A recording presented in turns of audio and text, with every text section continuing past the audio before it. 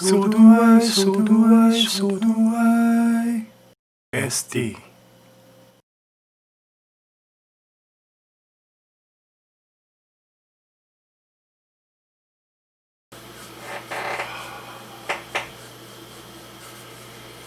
날씨가 점점 추워지죠? 저도 그래요. SD. 권력형 성범죄 때문에 서울과 부산의 시장 선거 때문에 또 시끄러웠죠?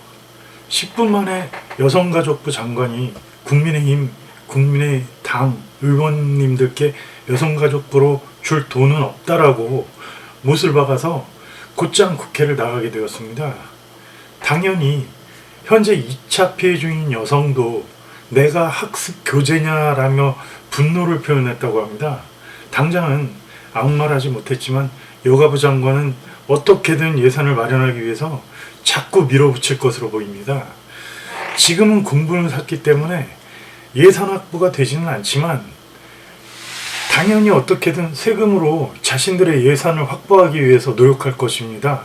어떠신가요? 이 돈이 정말 여가부에 나가야 할 돈으로 생각되십니까?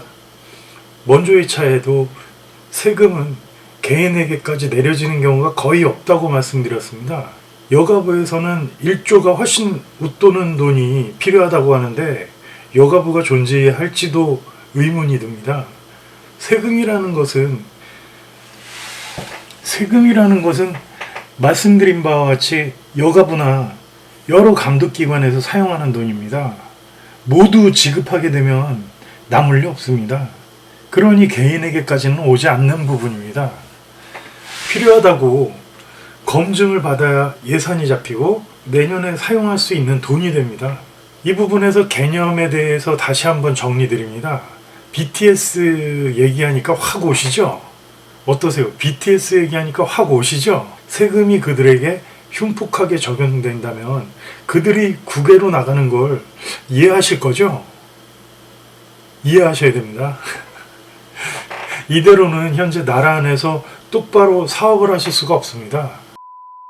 사회주의는 내가 만든 물건값을 남이 마음대로 정한다고 생각하시면 되는 것이고, 공산주의는 내가 만든 물건값을 정하지는 않지만 정책으로 가격을 높거나 낮게 마음대로 정한다고 말씀드렸습니다. 공산주의를 겉으로 보실 때 좋아 보이시는 이유가 여기 있습니다. 그들은 모든 국민이 그저 나라의 것을 임대하여 생활한다고 생각합니다. 그러니까 국민이 국가의 부속품이라는 생각을 하는 것입니다. 그러니까 국민이 국가의 부속품이라고 이해하시면 될 것입니다. 당신이 사용하시는 모든 것들, 집과 음식, 옷, 그리고 지니신 돈까지도 정부에게 빌려 쓴다고 생각하시면 되는 겁니다. 사회활동을 하는 자체, 살아있다는 자체가 국가의 물건을 빌려서 쓰는 것입니다. 그냥 들어보기에는 맞는 것처럼 보입니다.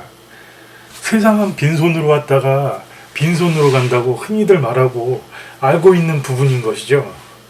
그런데 열심히 일하고 노력해서 마련한 모든 게 정부의 것입니까? 생각의 출발점, 그 시작, 거기부터 잘못된 것입니다. 생각의 출발점, 시작, 거기부터 애초에 잘못된 것입니다. 성실하게 일해서 마련한 부분들을 정부는 인정하지 않는 것입니다. 사회에 노력한 만큼 대가와 보상이 따르지 않는다면 누가 열심히 살아갈 필요가 있습니까? 왜 열심히 살아야 하죠? 그러니 적당히 대충 하게 되는 것이고 열심히 살아갈 필요가 없게 됩니다. 그러면 노력하고 성실히 살면 그에 따른 보상이 주어지는 자유주의 국가들이 삶의 질과 창조 또는 번영의 생각까지 넘어설 수는 없는 것입니다. 그럼에도 현재 우리 정부는 공산주의가 들어서기를 바라는 자들이 보입니다. 권력을 쓸 수 있는 높이에 있는 자들이 옛날의 귀족들처럼 영화를 누리자고 생각하면 이런 부분들을 이해하실 수 있을 것입니다. 그러나 공산주의는 다릅니다. 정말로 공산화가 끝나면, 정말 공산주의가 되면 숙청 대상이 되시는 것을 아십니다. 그 전까지만 살자는 것일까요? 그 전까지만 살자는 생각인가요? 완전히 공산화가 안 될 만큼만 놓자고 생각하시나요? 당장 이득을 보기 위해서 공산주의가 정말 필요하다고 생각하시나요? 먼저도 스웨덴에 삐삐를 쓴 작가가 있다고 말씀드렸죠? 명확하게 저는 이름을 말씀드리진 않았는데 누군지 아시는 분들도 많으실 것입니다. 저는 그분 이름 솔직히 알아도 말씀 안 드리고 싶어요. 왜냐하면 그렇게까지 알 필요가 없거든요. 삐삐는 보셨잖아요.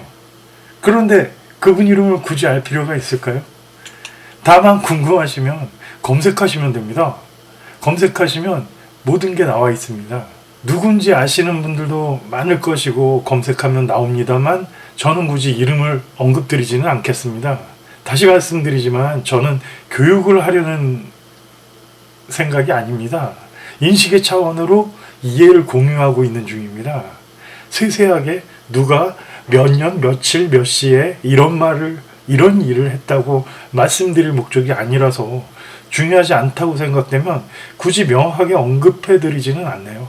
그런 부분들이 조금 불친절하더라도 이해 부탁드립니다. 인식은 그러면 무엇인지 궁금하실 것입니다. 미래에는 검색이나 확인이 가능한 부분들을 찾아볼 수 있기 때문에 어느 정도 상식의 높이가 기본이 있어야 되는데 상식은 검색만 잘하셔도 금방 아시게 됩니다. 인터넷이 발달하고 온라인이 활성화되는 세계에서 모든 것을 머릿속에 넣어둘 필요는 없게 된 겁니다. 온라인이 세상에서 그때그때 맞춰가며 기본이 되는 것들을 확인이 바로 가능합니다. 굳이 책 몇 페이지 몇째 줄을 찾아보실 필요가 없습니다. 돋보기 누르시고 검색하실 것만 글자를 써서 올리면 바로 찾아집니다. 인터넷이란 그런 겁니다. 그러면 중요한 것은 기본을 바탕으로 이걸 어떻게 현실과 대입해서 연관을 시키느냐 생각을 할 줄 아는가에 관해서 말하게 됩니다. 그걸 제가 말씀드리는 겁니다. 여기에 인식이라는 것이 들어갑니다. 정상의 생각을 하는 사람이라면 누구라도 연관 관계를 생각하게 되죠. 이해관계가 통해야 이게 뭔 일인지 뭐라는 거야 이런 것들이 인식이 되는 겁니다. 그런 부분이 저는 인식이라고 부릅니다. 인식의 단계에서 필요한 사전 정보를 마치 추리소설이나 게임의 퀘스트처럼 머릿속에서 정리하고 개념 잡는 것, 이걸 누가 모르냐고 생각하실 수 있습니다만 모르셨어요. 지금 모르시고 계시거든요. 뭔가 어렴풋이 느끼시긴 했어도 실마리와 개념을 잡고 생각하지 않으시면 모르시는 부분입니다. 그래서 제가 계속 실마리를 잡아드리는 것입니다. 그러면 지금 알고 계시는 생각으로 제가 야당에 관해서 말씀드릴 부분도 이미 알고 계실까요? 야당이 각성해야 할 것은 무엇일까요? 실마리를 하나 드리죠. 이번 주에 그 여당에서 부산과 서울 시장 선거에 관련해서 조금 더 도덕적인 후보자를 뽑겠다고 했었는데 그 부분에서 여당이 말하는 도덕성을 보겠다는 것이 어떤 부분의 도덕성일까요? 여당이 말하는 도덕성이 뭔지 아세요? 그들이 말하는 도덕성은 우리가 생각하는 일반적인 것이 아닙니다. 우리가 생각하는 일반의 도덕성이 아닌 것으로 보입니다. 제 인식으로는 그들이 말하는 도덕성은 사회에 아직 걸리지 않고 자신들의 이득에 도움이 되는 노예나 허수아비의 성격을 갖춘 것을 그들의 도덕성이라고 볼 수 있습니다. 그 정도가 아닐까 싶습니다만 어떻게 생각하시나요? 그러면 다시 돌아와서 야당은 무엇을 각성해야 할까요? 뭘 각성해야 되죠? 각성이 뭐죠? 시대가 변했고 신자유주의와 우리 세상 생각이 바뀌었습니다. 야당은 현재 체제와 방식을 유지하고 그 방식을 계속 가자고 하시지만 여당은 진보와 개혁 그리고 혁신을 들고 나왔습니다만 말씀드린 대로 여당에게는 진보가 없이 변화와 진보와 개혁 없이 급락, 퇴보만 하고 있습니다. 말씀드린 대로 야당은 그대로 유지하자고 하는 반면에 여당에서는 진보 없이 변화만 있고 진보와 개혁 없이 급락과 퇴보만을 하고 있는 중인 것입니다. 예전에 그 공산당이 이제는 적이 아닙니다. 당신의 적은 누구라고 생각하십니까? 적이 너무 과격했나요? 그러면 상대가 누구라고 생각하십니까? 지금 현재 진보는 변질되어서 공산화를 나라 안에 해 나가고 있습니다. 다시 정리드리지만 정부는 현재 정책은 모든 흐르는 것을 멈추는 것입니다. 이 부분에서 흐르는 경제와 사회 전반을 마비시키는 것이고요. 잘 사는 사람들은 더 잘 살게 되고 못 사는 사람들은 당장 끼니도 걱정할 지경입니다. 언제는 안 그랬냐고요? 그 격차가 이렇게까지 커졌던 적은 1970년대 이후로는 없었다고 보입니다. 이 말에는 동감하실 것입니다. 우리나라 안에서 배가 고파서 물건을 훔치는 사람들이 있었던 것이 언제였던가요? 80년대, 90년대에는 유흥비 때문에 범죄를 저지르는 경우가 많았습니다. 하지만 배가 고파서 훔치고 뭔가 생계형이라는 이름을 달고 범죄를 저질렀던 적이 없습니다.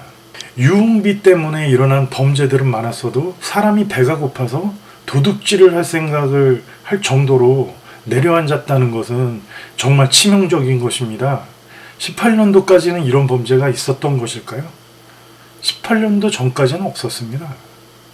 그런 차원에서 본다면 현재 상태를 확인 다시 해드릴게요. 정부는 지금 제가 말씀드렸던 대로 공산화가 진행되는 중입니다.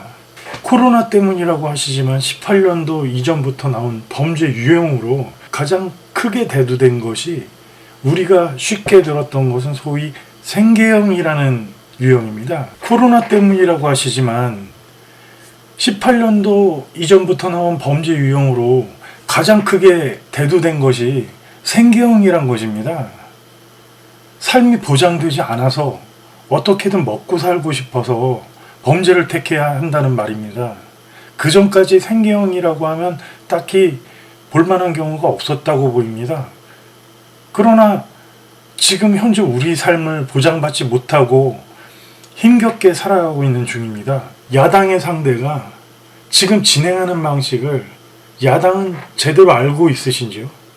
공산화라는 것도 유사 공산주의를 정부와 여당이 따라가는 것도 분명 야당은 알고 있습니다. 그럼에도 말씀은 하셨지만 굳이 그 부분에 대해서 대비를 하거나 뭔가 반응을 보여왔던 적이 없습니다. 계속 반감만 하고 계신 겁니다. 아니라고 하시지만 좀 더 능동의 움직임을 보일 수도 없으신 겁니다. 왜냐하면 알았지만 전혀 스스로는 변화가 없기 때문입니다. 그냥 멀쩡히 말만으로 세상을 변화시킬 수는 없습니다. 아무리 정치를 하셔도 말뿐인 정치가 돼서는 정치가 이루어지지 않습니다. 그래서 선거 때 매번 행동하는 정치인 이러고 들고 나오신 거 아니었습니까? 그저 국민들께 보이기만 해서는 절대로 변화되지 않고 말만 해서는 바뀔 것이 없습니다. 상대가 긴 린치를 이용해서 주먹을 날려오면 지금처럼 멀찍하게 있어도 괜찮지만 가까이 붙어서 때리는데 어떻게 멀찍이 도망갈 수 있을까요? 여당의 공격 방식이 바뀌면 야당도 바뀌어야 되는 게 당연한 거 아닐까요?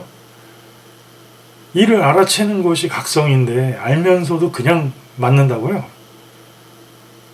다 알면서도 쥐어 터지는 게 당연하다고요? 권투라면 둘 다 치고받으면서 원래 그런 거라고요? 이런 부분에서 각성이 필요한 것입니다. 생각을 바꾸셔야 돼요. 각성하지 않고 우린 원래 그러니까 그렇게 생각하는 사람들끼리 알아서 하세요 라면 그게 바로 보수라는 것이 되는 겁니까? 그게 바로 보수라는 것의 말 그대로 보수가 되는 방식이며 소위 요즘 저희들은 꼰대라고 부르는 그게 되는 거죠. 현재 많은 분들이 믿고 있는 보수는 말 그대로 언제까지 보수인 겁니까? 중도가 이제 거의 없어지고 야당이냐 여당이냐 여당이냐 야당이냐 좌파냐 우파냐 진보이거나 보수가 되어가고 있습니다. 사람들이 관심을 두고 깨어가고 있다는 말입니다. 1970년대를 보내시고 거기에 그대로 계속 멈춰 계시면 지금 시대는 2020년인데 다가오는 2030년을 볼 수 없는 고대의 맘모스로 계시게 되는 겁니다. 여기서 제가 신자유주의보다 조금 더 우리에게 맞을 만한 것을 들고 나왔으니 일단 정신을 차리시고 보수분들이 깨셔야 합니다. 깨지 않으시면 받아들이시기 힘드십니다. 그래야 제가 말하는 신경제주의가 보입니다. 다음 시간에는 야당에서도 개혁을 조금은 이해할 수 있는 안철수 의원님 쪽이 국민의 당 쪽으로 해서 야당 분들이 현재 준비하시려는 것들을 제가 인식한 부분에서 말씀드리면서 신경제주의가 이분들과 섞이면 어떨까 싶어 예상을 한번 해보도록 하겠습니다. 이제 우리는 가까운 시간 안에 결정을 해야 합니다. 1년도 남지 않았을 겁니다. 정신을 차리시고 빠르게 깨어나서 뭉쳐야 합니다. 당신은 아직도 중도라고 말할 수가 없어요. 중도는 여나 야 쪽에서 통하지 않고 여 쪽에서 다음 대선을 장악할 때 우리는 자유라는 것을 다시는 느끼지 못하시게 될 겁니다. 삶이라는 것을 느끼지 못하시게 될 겁니다. 우리는 코로나가 끝나도 우리 이전의 삶을 되찾을 수 있을까요? 코로나가 끝나도 우리는 이전의 삶을 되찾을 수 있을까요? 당신은 중도라고 생각하십니까? 당신은 아직도 중도라고 생각하십니까?